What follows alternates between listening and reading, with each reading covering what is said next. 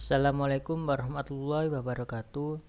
Perkenalkan, nama saya Syaril Hanafi, NIM T2017-1111. Saya akan menjelaskan mengenai bab makanan dan minuman, halal maupun haram. Yang pertama yaitu makanan halal. Makanan yang halal ialah makanan yang dibolehkan untuk dimakan menurut ketentuan syariat Islam. Segala sesuatu, baik berupa tumbuhan, buah-buahan, ataupun binatang pada dasarnya adalah halal dimakan, kecuali apabila ada nas Al-Quran atau hadis yang mengharamkannya. Adapun makanan dan minuman yang harus halal, halalnya suatu makanan harus meliputi 3 hal. Yang pertama, halal cara mendapatkannya. Yang kedua, halal karena proses atau cara pengolahannya. Yang ketiga, halal karena zatnya. Yang pertama, halal cara mendapatkannya, yaitu sesuatu yang halal itu harus diperbolehkan dengan cara yang halal pula. Sesuatu yang halal tetapi cara mendapatkannya tidak sesuai dengan hukum syara, maka menjadi haramlah ia, sebagaimana mencuri, menipu, dan lain-lain. Nah, yang kedua, halal karena proses atau cara pengolahannya. Artinya, selain sesuatu yang halal itu harus diperbolehkan dengan cara yang halal pula. Cara atau proses pengolahannya juga harus benar. Hewan seperti kambing, ayam, sapi, jika disembelih dengan cara yang tidak sesuai dengan hukum Islam, maka dagingnya menjadi haram. Yang ketiga, halal karena zatnya. Artinya, makanan itu terbuat dari bahan yang halal, tidak mengandung unsur-unsur yang diharamkan menurut syariat, seperti nasi, susu, telur, dan lain-lain. Yang selanjutnya yaitu manfaat mengonsumsi makanan dan minuman yang halal. Makanan dan minuman yang halal thayyibah atau halal dan baik serta bergizi tentu sangat berguna bagi kita, baik untuk kebutuhan jasmani dan rohani. Seseorang yang sudah terbiasa mengonsumsi makanan dan minuman yang halal, maka dirinya akan memperoleh manfaat. Di antaranya adalah yang pertama, terjaga kesehatannya sehingga dapat mempertahankan hidupnya sampai dengan batas yang ditetapkan Allah Subhanahu wa taala. Nah, yang kedua, mendapat ridha Allah Subhanahu wa taala karena memilih jenis makanan dan minuman yang halal.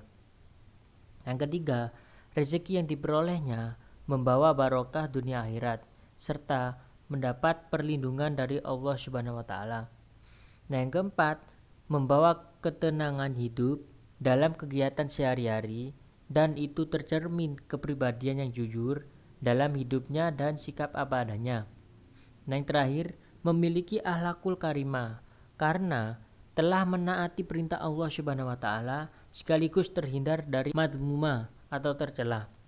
Adapun ketentuan makanan dan minuman yang haram. Yang pertama, pengertian makanan dan minuman yang haram. Haram artinya dilarang. Jadi, makanan dan minuman yang haram adalah makanan dan minuman yang diharamkan di dalam Al-Quran dan hadis. Nah, yang kedua, jenis makanan dan minuman yang diharamkan. Haramnya makanan secara garis besar dapat dibagi dua macam. Yang pertama, haram lijatihi, yaitu makanan yang haram karena zatnya. Nah, yang kedua, li ghairihi, yaitu makanan yang haram karena faktor eksternal. Saya akan menjelaskan bagian yang pertama. Yang pertama, haram lidzatihi, yaitu makanan yang haram karena zatnya. Maksudnya, hukum asal dari makanan itu sendiri memang sudah haram. Haram bentuk, ini ada beberapa diantaranya. Yang pertama, daging babi. Seluruh makanan, minuman, obat-obatan, dan kosmetik yang mengandung unsur babi dalam bentuk apapun haram dikonsumsi. Yang kedua, darah. Darah yang mengalir dari binatang atau manusia haram dikonsumsi baik secara langsung maupun dicampurkan pada bahan makanan karena dinilai najis, kotor, menjijikkan, dan dapat mengganggu kesehatan.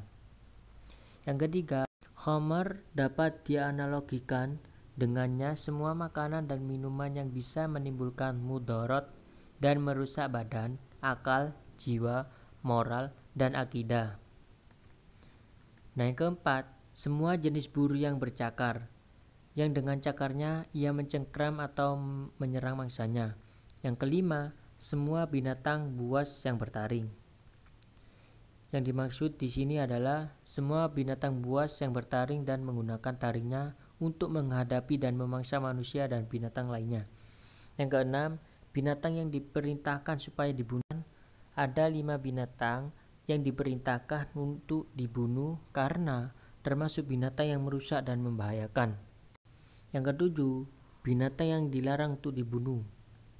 Ada 4 macam binatang yang dilarang dibunuh. Binatang tersebut telah dilarang untuk dibunuh. Yang kedelapan, binatang yang buruk atau menjijikan. Yang terakhir, semua makanan yang bermudarat terhadap kesehatan manusia. Yang selanjutnya haram li ghairihi, yaitu makanan yang haram karena faktor eksternal. Maksudnya, hukum asal makanan itu sendiri adalah halal, akan tetapi dia berubah menjadi haram karena adanya sebab yang tidak berkaitan dengan makanan tersebut, seperti bangkai, binatang yang disembelih tanpa membaca basmalah, makanan haram yang diperoleh dari usaha dengan cara zalim, seperti mencuri, korupsi, menipu, merampok, dan lain-lain. Semua makanan halal yang tercampur najis. Yang B, haram li ghairihi, yaitu makanan yang haram karena faktor eksternal. Yang pertama, bangkai, yaitu semua binatang yang mati tanpa penyembelihan yang syara'. Yang pertama, bangkai, yaitu semua binatang yang mati tanpa penyembelihan yang syar'i dan juga bukan hasil pemburuan. Yang kedua, binatang yang disembelih tanpa membaca basmalah. Yang ketiga, makanan haram yang diperoleh dari usaha korupsi, merampok, mencuri, menipu, dan lain-lain. Yang keempat, semua makanan halal yang tercampur najis. Adapun akibat dari memakan makanan dan minuman yang haram. Yang pertama, amal ibadahnya tidak akan diterima dan doanya tidak akan dikabulkan Allah Subhanahu wa taala. Yang kedua, makanan dan minuman haram bisa merusak jiwa, terutama minuman keras yang mengandung alkohol. Yang ketiga, makanan dan minuman yang haram dapat membahayakan kesehatan. Yang keempat, makanan dan minuman yang haram memubazirkan harta. Yang kelima, menimbulkan permusuhan dan kebencian. Yang keenam, menghalangi terkabulnya doa karena telah melanggar aturan Allah Subhanahu wa taala. Yang ketujuh, menghalangi mengingat Allah Subhanahu wa taala. Adapun usaha-usaha untuk menghindari makanan dan minuman yang haram. Yang pertama, tanamkan di dalam diri sikap benci dan tidak suka terhadap makanan dan minuman yang diharamkan. Yang kedua, hendaklah difahami betul macam-macam makanan dan minuman yang diharamkan. Yang ketiga, jika terdapat keraguan terhadap makanan dan minuman tersebut, tanyakanlah kepada ulama terdekat.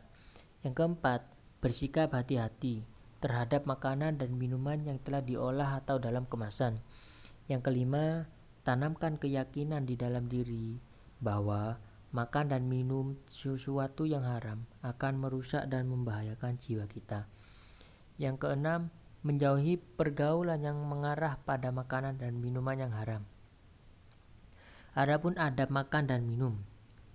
Yang pertama, sebelum menyantap makanan kita harus memperhatikan hal-hal sebagai berikut. Poin A, berniat makan dan minum untuk menambah kekuatan agar dapat menjalankan ibadah dengan baik.